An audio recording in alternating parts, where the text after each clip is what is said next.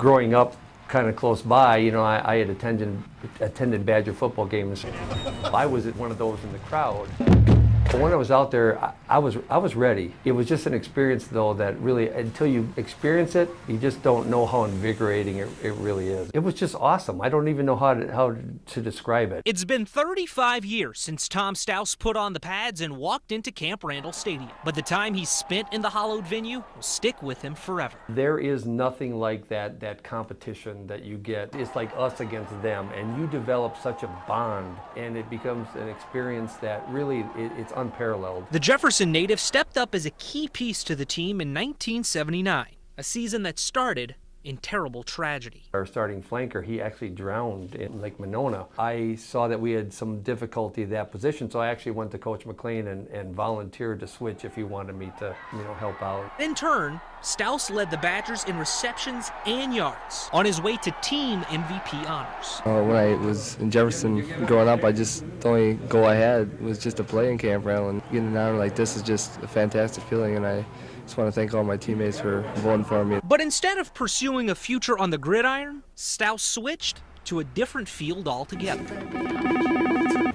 Advanced Pain Management, Dr. Stauss, 501. I heard some people talking derogatorily about jocks and how, their academic performance, and I actually kind of took that to heart. That kind of sparked a little competitive fire in me because I had some interest in the medical field. The former Wisconsin captain now finds himself in a similar capacity, but on a much larger scale, sitting at the forefront of modern medicine by helping people around the world deal with something he saw plenty of during his playing days: pain. I deal with a lot of patients with pain in a number of areas. Just all types of pain across all socioeconomic areas and pain of all kind. It's so prevalent that I think the average person will be shocked by how much pain is really out there. Where Stauss has made his biggest impact is neurostimulation, a process that involves the implementation of a device in a patient that emits electrical impulses to prevent the sense of pain from reaching the brain. It's frequently used for pain in the lower back and in the extremities. What happens is there's little wires that are positioned into the spine. Those wires are connected to a little battery that's implanted just underneath the skin, like a pacemaker would be. And when the patient has pain, the patient has complete control of it and can turn it on and off. It's like kind of giving yourself a self-massage almost. As one of the top 5% of doctors practicing this procedure, Stauss has seen success on and off of the field.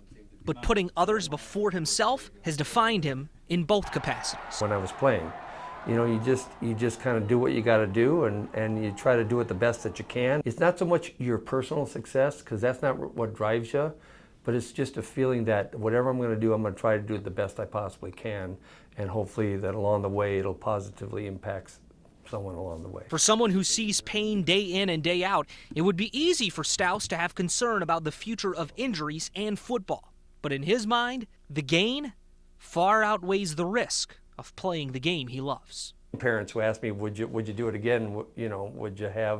Would you have your kids play? Of course, I would, in a heartbeat. You set aside your own issues for the good of the team and for the good of your teammates. Those lessons were invaluable, and they're things that stick with me every day.